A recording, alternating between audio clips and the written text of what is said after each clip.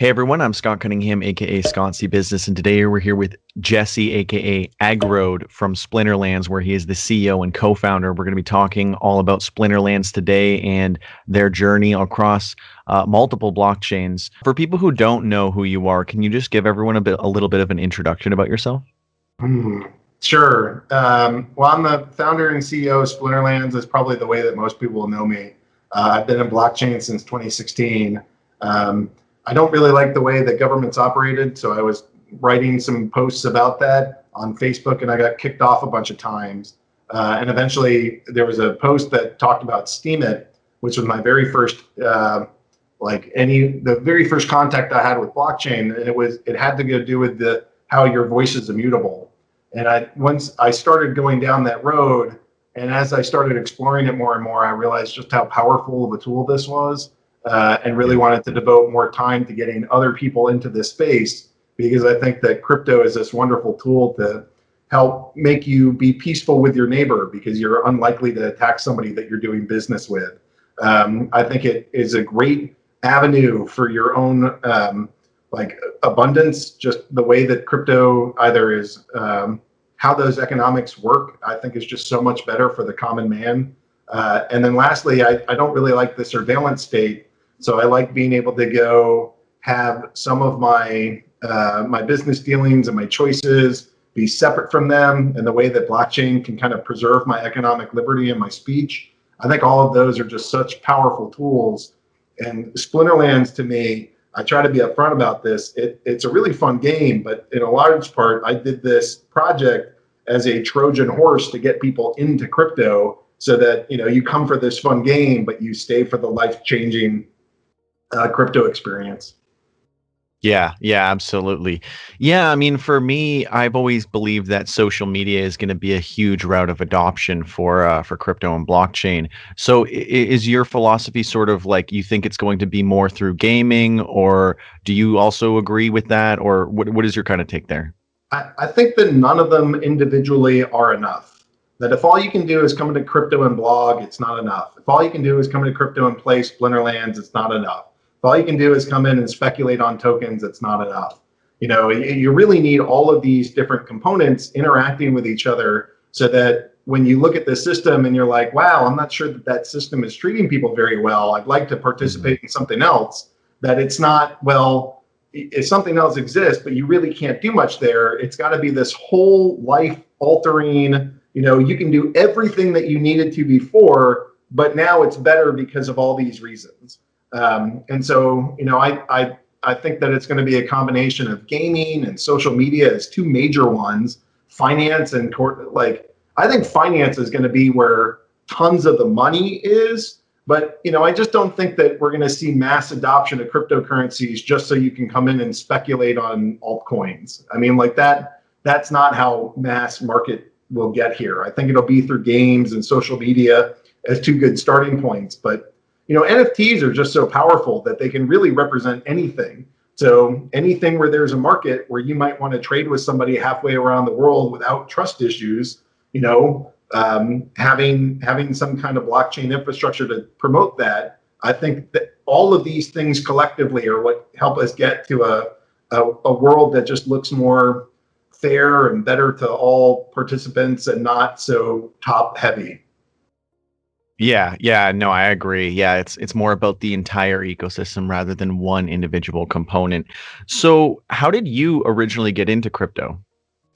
Well, again, it was through kind of Steam It and blogging, but over time, I've tried to get more focused and actually have a number of different projects.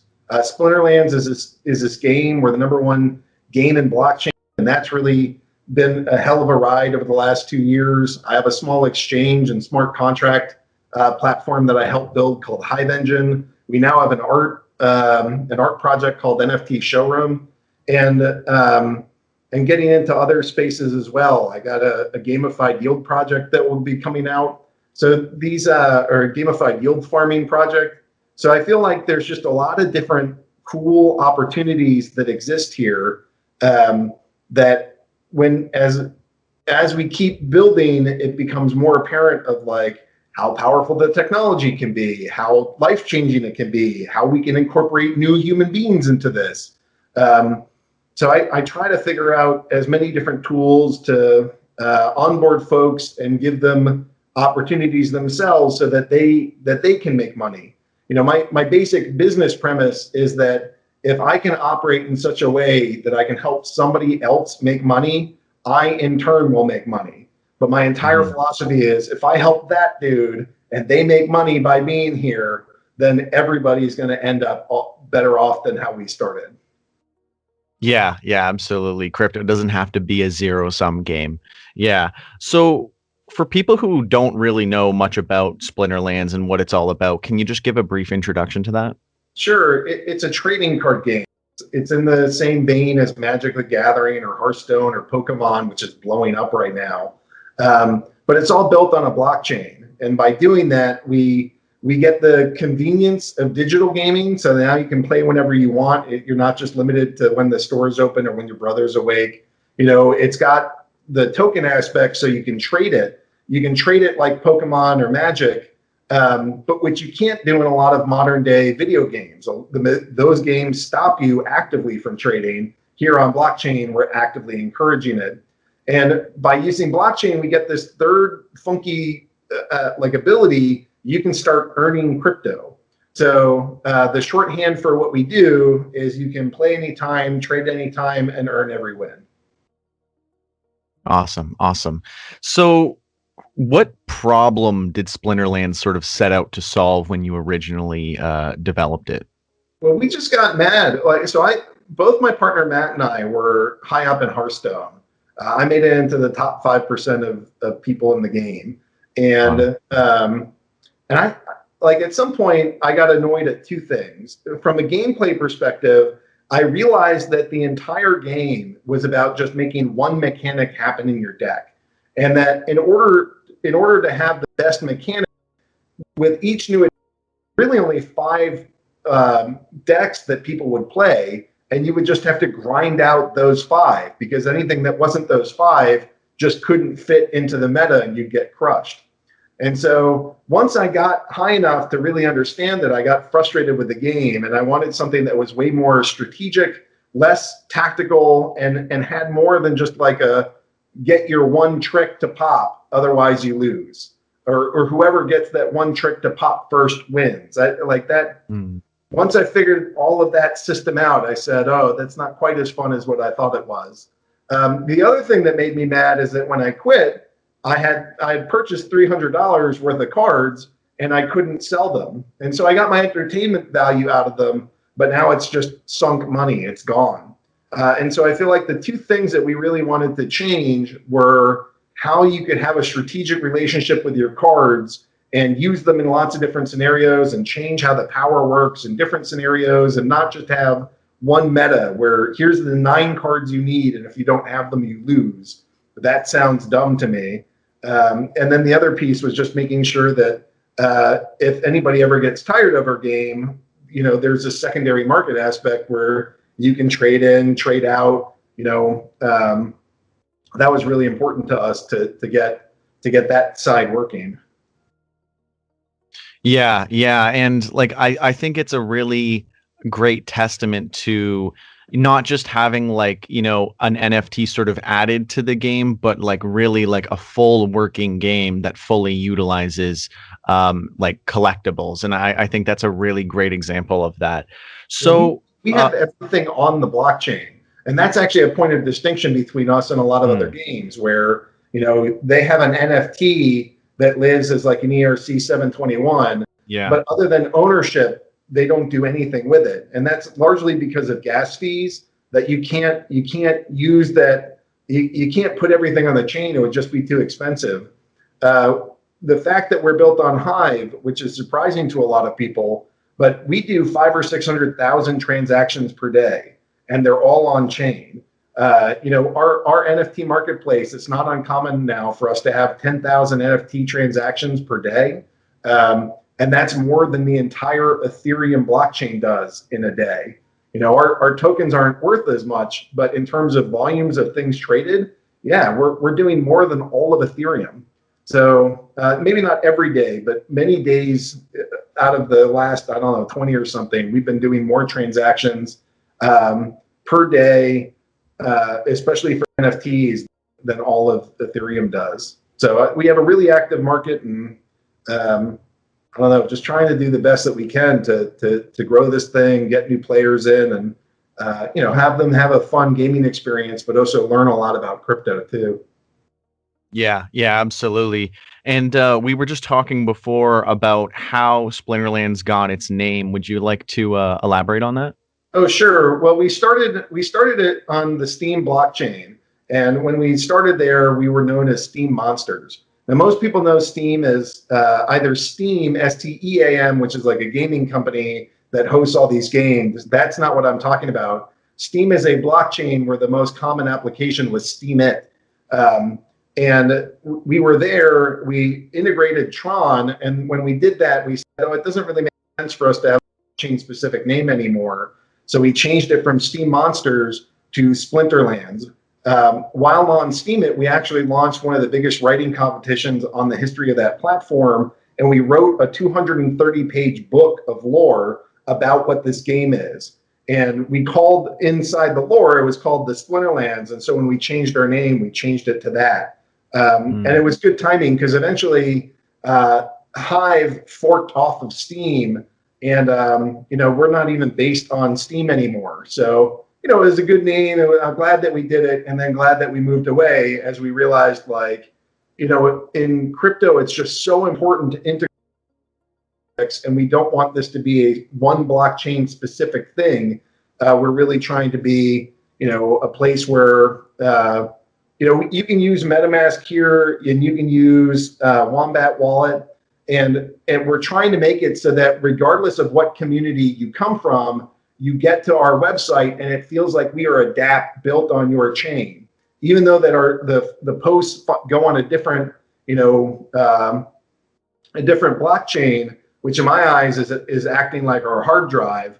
We post on a different hard drive, but from a user experience, we want it so that I just sign in with MetaMask and I play. And you don't care if it's a hardcore Ethereum app or dApp or not. You just use login. You use MetaMask to log in, and now you're part of that community. So trying to make it as much of a welcoming experience, regardless. Like, I don't want to be tribal, right? Like, so much of this stuff is tribal.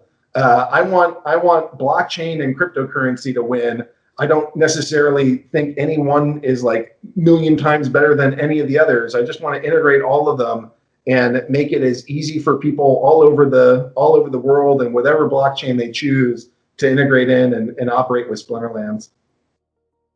Yeah, yeah, I think it's very important to be integrating other chains and not just, like you said, being very tribal, sticking to one chain, and you guys are really future proofing by doing that. Do you think sticking to one chain and being kind of like, as you said, tribalist in that sense is like a big problem in the space right now? I was talking to some venture capitalists not that long ago, and one of them said to me, Jesse, you're really going to have to dominate the space as the number one market share game. And I'm like, dominate? What does dominate mean in crypto? And it really got me thinking of I will know that I have dominated when I have integrated every single community that I can think of that adds value to what we're doing.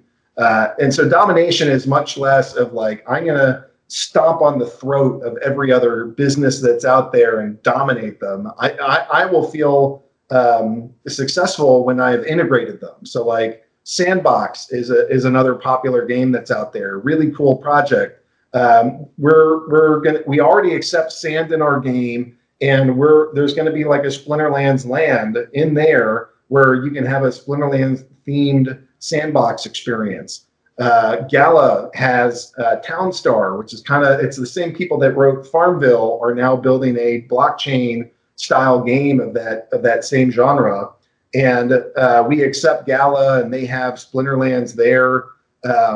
We keep trying to find other cool projects and figuring out ways. It starts typically with just token integration, but over time we hope that it's NFTs and interlocking abilities, and one thing in our game will impact something in theirs, and and connect all these. And when we've been successful doing that, that's when I'll feel like we'll have dominated the market. The goal is not really dominate. The goal is integrate and combine and be peaceful, good neighbors with each other. Yeah. Integrate, don't dominate. Perfect. So what are some of the next updates that we should be expecting soon or in the next 6 months or so for Splinterlands? Yeah, we have two big ones that are happening. The main one right now is that we're launching our land sale. So we've sold millions of dollars of cards, and the cards on a secondary market cap are worth millions of dollars. And what we are doing, and all of those cards to date have been summoners and monsters, and that's what you do in the game. You have a summoner that summons monsters, and the monsters fight. And what we're doing is we're adding a second round of combat. We want to add items and spells. So now you and I both get to see the rules of the combat. You and I pick our summoners and monsters. Then we get to see what one another chose. And then we get this second round to then modify everything to see if I can't beat you. And so that second round of items and spells, Matt and I were talking and we're trying to figure out how do we want to release these. And we said, well, option one is we just sell more card packs, which is how we've made money as a business.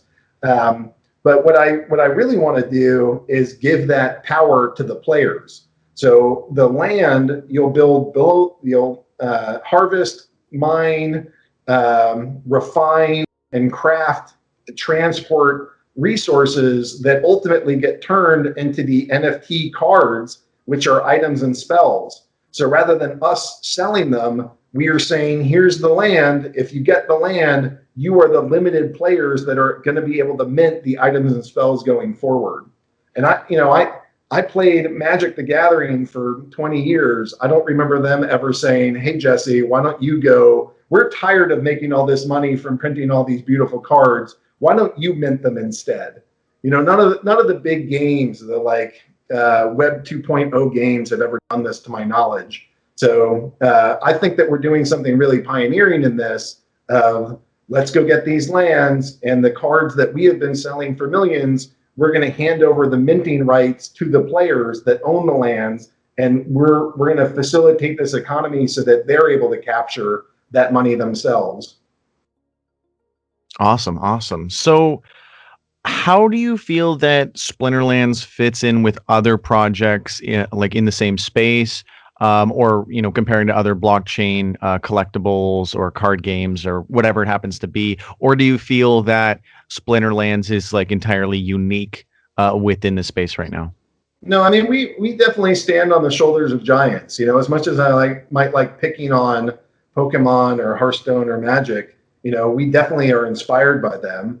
But the same is true of things like land. Axie Infinity, Decentraland, Crypto Voxels. Those guys all did land sales before us. We're not inventing that concept. We're applying a lot of those things to what we're doing. So we try to figure out what is working well, what do the communities seem to resonate with, and let's make sure that we're offering similar experiences. The second thing that we're working on is putting together guild tournaments. So these games have these social characteristics, and if you really want people to stick around for more than a month, it's not always the gameplay that does that as much as it is just the community of people that you're playing with that helps do that. So we want a lot of that in the game, and so we're building kind of a PvE experience and some boss fights, and just a way that your guild can kind of have we're starting with tournaments where you get to go bash other guilds together. So but again, we're not the first to go think of things like this. We're really one of the few that have been able to figure out how to get a lot of people doing this while on blockchain. I mean, there have been other projects that have made more money than us, but we are the number one game in blockchain if you're counting just how many accounts are playing. We've had right around 40 million games played. That's enormous, absolutely astronomical compared to nearly any other blockchain game out there. So there are a lot of similarities, and a lot of us are coming to this with the same kind of mission. I think some of what we've done better than nearly anybody else, which I think has come by the choice of our of our blockchain is that we are able to onboard users more easily than nearly anywhere else. And we are tied into the social media system whereby we can give out votes that give people crypto. So we have this weird circular pattern where they come, they spend a little bit of money, then they'll post stories about it. They'll earn money for playing the game. They'll earn money for writing the posts about us and bringing friends in and getting new eyeballs. And then they go and they spend that on building their card collection. So there's this whole kind of weird network effect that has really been helpful to help us grow that nobody else seems to have figured out or have been able to capture like we have. So there's a lot of similarities and there's a lot that we draw from. But I think that we do some unique things, and a lot of that is around the blockchain choice and just how fun the game is and the number of transactions and how much is on chain. But it's a game and there's similarities to other games. So we try to be unique, but also it's intentional to be familiar enough so that you're like, oh, I know what this is, but different enough where you're like, yeah, but I get that it's something different. That it's a weird balance to try to maintain, but that's the zone that we're shooting for. Yeah, absolutely. And I definitely think you guys are doing something very unique in the space. Like you said, having that network effect of where you can, pay to get your cards originally, but then you can get paid to play and continue building your deck, and eventually maybe just generating some profits, on top of all that as well. So what do you see Splinterland turning into, in the long term, like in the next 3 to 5 years, if you can look that far ahead in the crypto space? As we know, a lot can change in that short amount of time. But where do you see Splinterlands going in that time?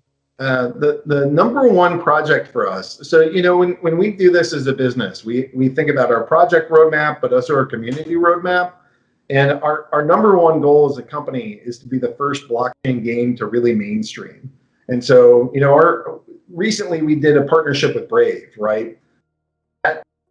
News, Decrypt put out a story about us, and Brave is starting to there's a podcast that'll come out tomorrow for their weekly Brave podcast that's about Splinterlands, and that to me is a great example of the kinds of things that I want to do, where here are some groups that have already gathered a lot of users. They may or may not be entirely on blockchain, but they have a lot of blockchain interest or a good overlap. And by merging our two communities, we can be a better business together than we can be separately. They have a lot of users, and we have a way that we can provide affiliate links and other things that help people generate money by this. So the trade is basically help us get users, and we'll help you get paid.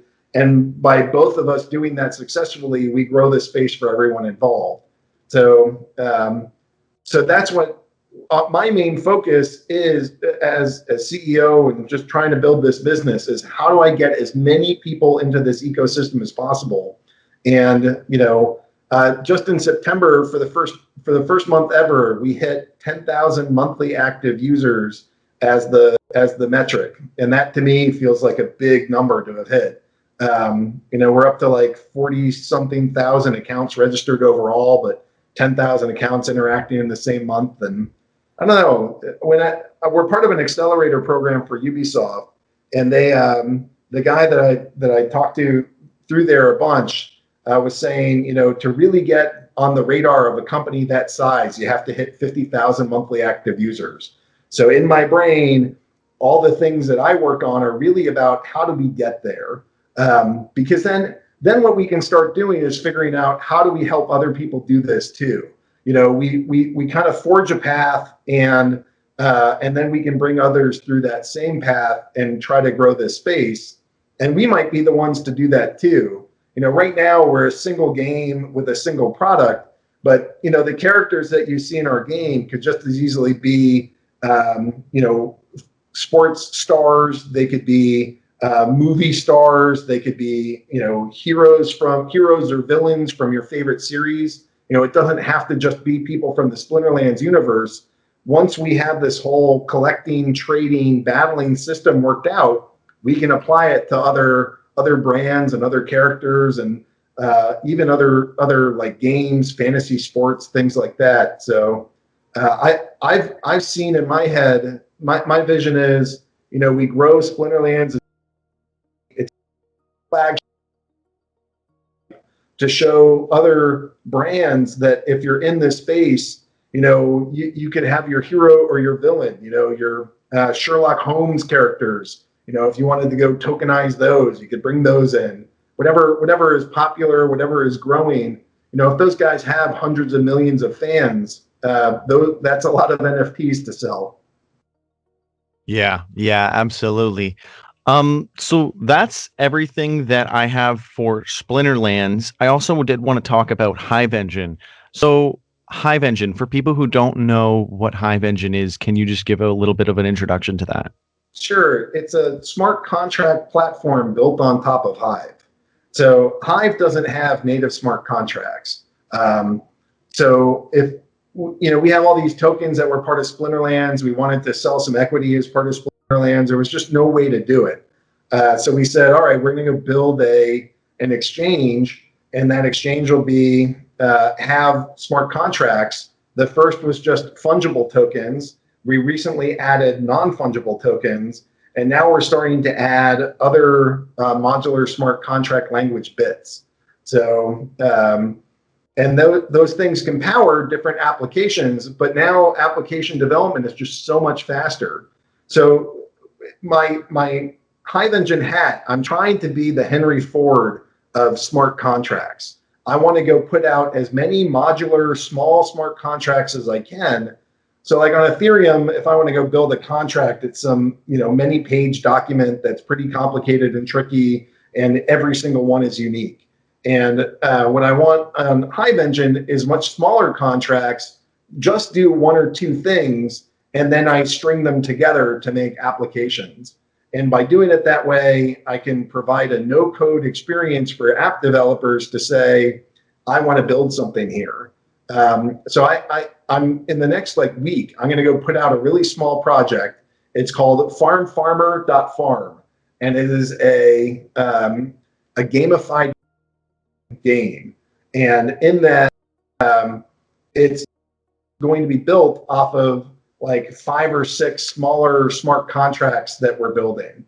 So, it'll have the NFT contract, it'll have the fungible contract, it'll have a governance contract, and it's going to have this market contract. And these are all just small contracts that we are stringing together to make these applications. And as it turns out, by the end, I know we will have built a lot of code to get there, but a lot of that site will end up being site. It'll be, configuring these smart contracts to operate, and then I can build my applications so that as much as I love working with developers, I'm trying to make a universe where somebody could come in with an idea and maybe an artist and then configure contracts rather than then also have to find a developer to write all these custom things. Just string a couple of these things that are off the shelf together. And I figure this can be a great way to build a lot of applications. Yeah, yeah, absolutely. So for people who are sort of new to Hive, how did they get started using Hive Engine? Yeah, so let's see, you would just go to hive-engine.com. You need to go get a Hive wallet address. And I think the website is hiveonboarding.com. And so, there's a couple of these sites that you can go to, or if you know somebody in the community, they can just get you a wallet address. But we built another tool called Keychain, Hive Keychain, and it's built and modeled after MetaMask. There wasn't one of these for Hive, so you get a Hive account and you get your key management tool called Hive Keychain, and then you just log into hive.engine.com or hive-engine.com and start interacting. You can create your own token, fungibles, you can stake them, you can delegate them out to other users. You can create NFTs. NFTs are stakeable, they're delegatable as well. And then all of these new, I'm really now at the point where we've built out as much of a base that's solid as it's not as much as what we want to do, but right now we're really into smart contract development mode. And all the focus is on getting new, short, small, modular smart contracts out so that you can have governance, that you can make automated payments, so that you can vote for different things. Just all these kind of like small snippets that let you run both a community and an app and some payouts. And at that point, you can start imagining how you string all this together into all kinds of funky, weird ecosystems that fit your intended purpose perfectly. Yeah, yeah, absolutely. Yeah, and I think it is a great way for people to start exploring, tokens that are created by, not just like big companies, but like anyone can come and create a token and build something. So I think that's a great way to get people exposed to that. And I think Hive Engine is very underrated for what it can provide people. So one of the contracts that we're hoping to put in there soon is the ability to have that same kind of distribution of tokens that Hive does. So that now we already do this. It's a little bit more centralized than what I know a lot of people want, but you issue a token, some portion of that token can go to a pool where it's divvied out to bloggers. And so now you can use that as a method to attract people to your business. So if I was doing this, if I wasn't like a known entity in the Hive community, I'd probably go through, we call these websites tribes. I'd start a tribe, I'd start my farmer.farm community, and then I'd also put out the game at the same time. And then as I'm collecting players, I would also be incentivizing them to blog about the project. And it creates this upward vicious cycle of every time that I'm rewarding them, they're doing some micro blogging that brings in new players that helps either sell more tokens or puts more or helps grow the value of what they're already holding. And it's this nice cycle that keeps driving sales and new user growth and all of this stuff together. Because that's what worked really well for Splinterlands. It wasn't just that we made a good game that's fun and just a hint on the addictive side. It's also about building that community and rewarding people for being part of that community so that it helps grow. And you need both that community development and software development working in tandem. Any entrepreneur will tell you it can be really hard to find customers. And if you can get your community buzzing about it on your behalf, that's like the best that you could ever hope for. And these tools on Hive Engine are really meant to facilitate all of that we experienced for Splinterlands and start thinking, this is how we grew, this is how we've made a bunch of money, and now we're able to go, live our lives and do this full time. This is how we live the dream. Then the question becomes, how do I make this as simple as possible for other people to do this so that they're not stuck in corporate jobs that they might hate, that they could be entrepreneurs. They don't have to be full developers themselves. They just are passionate, have a project in mind, have some artists that they're working with, and then it's about building a community and product and trying to make that as easy of an experience as possible. Yeah, absolutely. So for people who are more familiar with like ERC20 tokens, or maybe they're familiar with like Bitcoin Cash, SLP tokens, how does Hive Engine sort of differ in that respect, and how is it similar? Well, I'll often refer to our fungible tokens as like a Hive Engine 20. I mean, I stand on the shoulders of giants. I don't have to reinvent how tokens can work. I mean, people smarter than us figured that out. I think we've done is like, you go onto the website, you fill out a form, you pay what is right now like $12 and you get a token, right? Like that's about as easy as it's going to get for somebody to go create this stuff. And that's really where I feel like our advantage is that, if you want like a full smart contract that's really specified and does everything, all right, we're probably not the best place for that. But as we're growing, if you can understand that like all of these modular smart contracts, when you string them together, can make really complicated fun apps or games or whatever, then I think it starts making sense that people without any coding background can come here, start a business, pay a couple $100, get their tokens, their NFTs, a website, be part of an active community, like just shove right into this thing and go in a way that I just don't think that you can do in a lot of other spaces.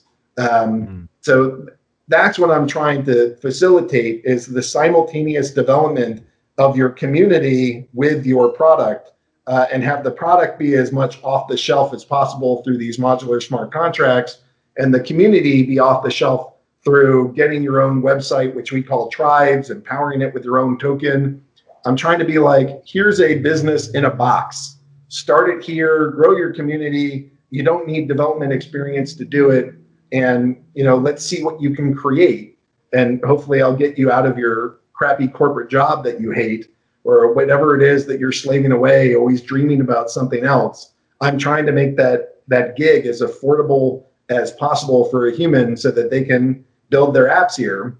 And with my Splinterlands hat, I just get stoked about that, because I'm like, oh, here's new customers. Here's new people. Here's how we can grow this. If everybody starts building apps and dApps here because they realize, oh, this is a great place to start growing the community, and one of the only places where you can really get a mainstream adoption, because it's this freemium blockchain and it's fast and there's already community.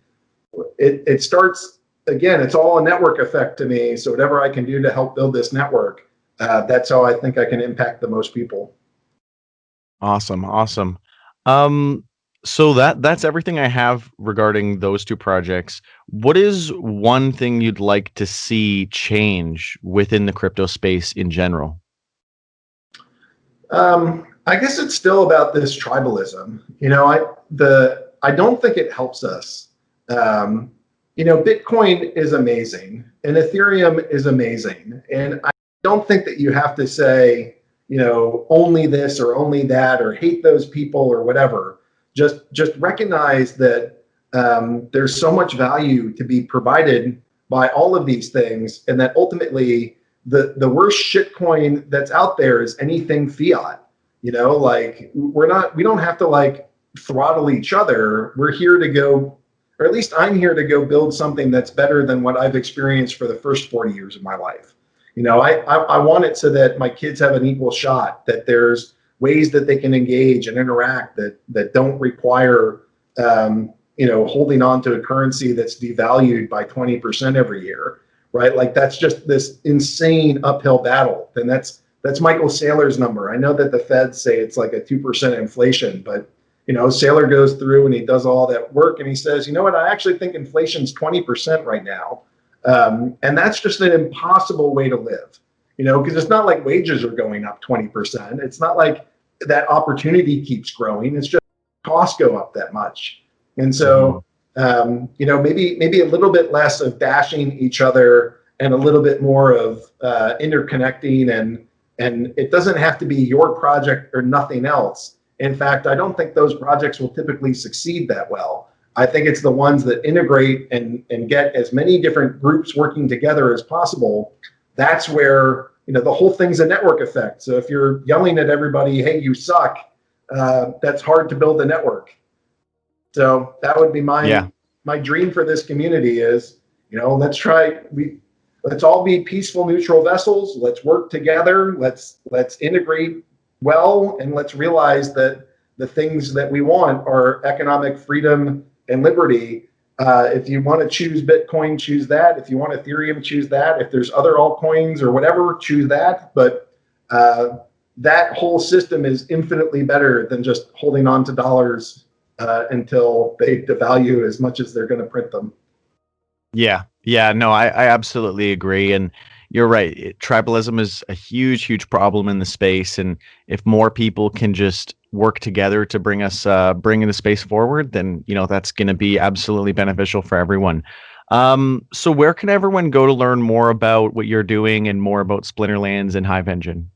Sure. So Splinterlands is at splinterlands.com. And we have a Discord group where I think we got 6,000 people in there. And that's at discord.splinterlands.com. Hive Engine is just hive-engine.com. And unsurprisingly, you can go to discord.hiveengine.com. We have NFT Showroom, which is our art platform that uses Hive Engine as a backend for all the NFTs. So you can go to nftshowroom.com. And then the site is live, although it's not fully functional just yet, but farmfarmer.farm now exists. And that'll be our first kind of yield farming game that's using smart contracts off of the Hive Engine platform. So if you want to, but what we're doing there is that I'll print a bunch of tokens and I will accept them for all the later games that we do. So this one is intentionally pretty simple. But as it grows and as other projects come here and there's more smart contracts, I'll accept whatever we're doing in the farmfarmer.farm into the later projects as well. So I don't know. I got a lot of different projects on, but again, it's all about network effect. And my fun is that there's not one thing that is going to make blockchain successful or replace what comes before it. You know, it's really not until we have your socials and your financials and your entertainment and your gaming and your gambling and your whatever it is that you want to do, there's blockchain alternatives for it. Only when we get all of those things working together can somebody really say, you know what, I don't even need your dollars. I don't even need to live in that world. I'm just going to do this crypto thing. All you fiat governments can do whatever you want. Good luck with that. Wish you the best, but I'm opting out. Here is my crypto life. And that's what I think it takes to get there. And, you know, while there's still a lot of that infrastructure missing, I'm trying to build different pieces of it, at least as showcase or demonstration projects for how people can start thinking through building markets, building businesses, building communities, and seeing, one, that they can be profitable and that they can make money, and that it can be a functional alternative to what they've done before. Awesome. Awesome. Well, thank you so much for coming on and sharing all of this. I know you're a busy guy. You've got a lot of things in the works. So again, thank you so much for sharing this with everyone, and everyone definitely go and check out all the various projects that Aggroed, aka Jesse, is working on. Yeah, I'll have we'll share this across a whole bunch of channels. So thanks for having me here. Catch up, and I'm honored. Thank you to your audience for listening. If you made it this far, and you know, come check out our projects if this sounds useful or cool. You know, Splinterlands.com is an entertaining game. Hive Engine is a cool platform. An NFT showroom is a great art space. So hopefully you'll join us. Awesome. All right. Thank you so much for being on the show. Thank you, sir. Thanks so much for watching this video to the very end. Since you did, it'd be awesome if you could give this video a like and comment #1ham in the comments below. Also, it'd be awesome if you could subscribe to this channel and follow me anywhere under @ScottCBusiness, because I'm basically on every platform. You can find all the platforms that I am mainly using though at www.scottcbusiness.com. You can also find all my social links as well as my crypto addresses if you'd like to donate to me on Cointree at cointr.ee/ScottCBusiness. And you can also donate directly by donating to scottcbusiness.crypto or scottcbusiness.eth with supporting wallets. Anyways, thank you guys so much for watching. I really, really appreciate your support. I'm Scott Cunningham, aka Scott C Business, signing off. Cheers.